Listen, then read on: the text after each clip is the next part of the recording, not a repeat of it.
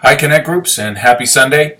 It's 2018 and the start of our Connect Group session. First of all, thank you for joining a Connect Group or staying with your group.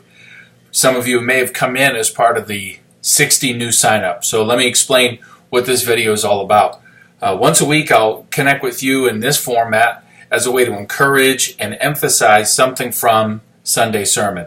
A lot of times I'll do the video after I preach the sermon, but today I'm actually doing it before. So what I want to first do is say thank you for being a member of Connect Group.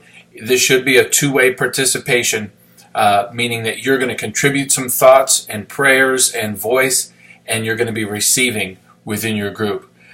Secondly, we're trying to model what we read about in the book of Acts, where people gathered together in homes and they fellowshiped and broke bread and prayed and devoted themselves to the teaching of God's Word. So if those four ingredients are in view, each Connect Group is going to be a fantastic experience. You may pray more one week and study God's Word more another, but in total, all of those things should be represented. When we think about what's going on this month in our Sunday sermon series, we've been really under the larger umbrella of being under authority and looking at several key texts throughout the previous weeks. The first was from James chapter 4, where we're told to submit therefore to God. The second was from Romans 13, we're instructed to submit to the governing authorities.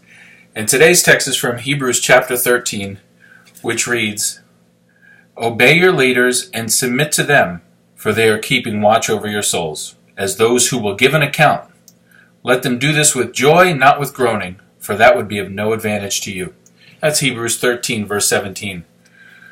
What I'll submit to you, Connect Group leaders, is first, feel free in this inaugural group to discuss any of those texts.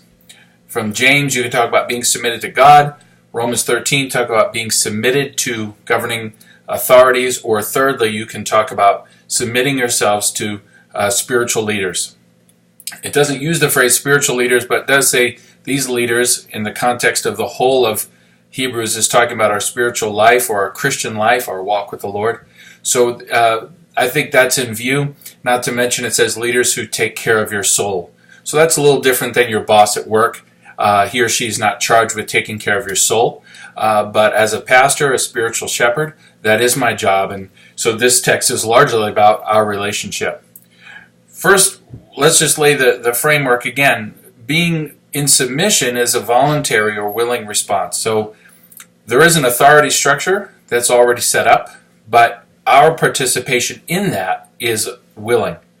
And so the original language kind of paints this picture in the word choice, and we translated submission, but you could easily translate the word subject oneself, to subject oneself.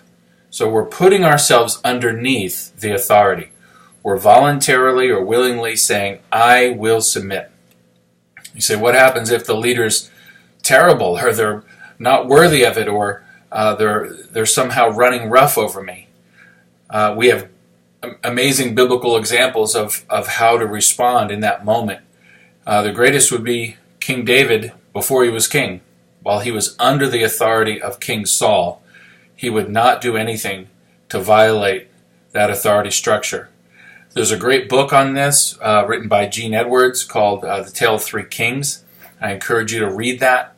Of course, our goal as leaders is not to be like King Saul and run rough and be indifferent to the Spirit, but to subject ourselves to spiritual authority and to keep ourselves submitted to the Lord.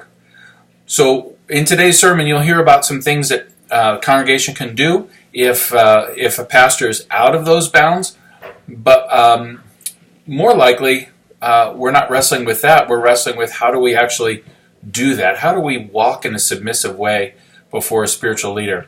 And the first thing I would share with you on a personal level as a pastor is we realize we're flawed. I'll put it in the singular. I realize I'm flawed. I'm not perfect. I therefore don't expect that anyone else would be perfect. So there's got to be, number one, grace in our lives. A graciousness, an allowance for room for us all to grow.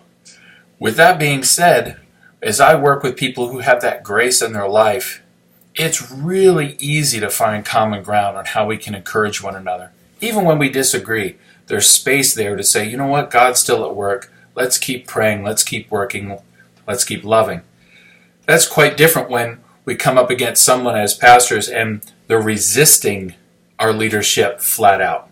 They're saying, I don't want any part of this. I don't care what you have to say. I want what I want, or I want what I want now. That's embedded in the text in Hebrews 13. The verse here reads, obey your leaders and submit to them.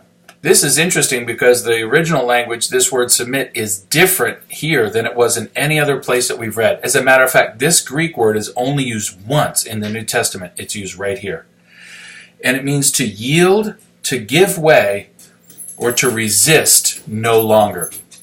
So it builds into the very word choice that we as humans tend to resist our spiritual leaders.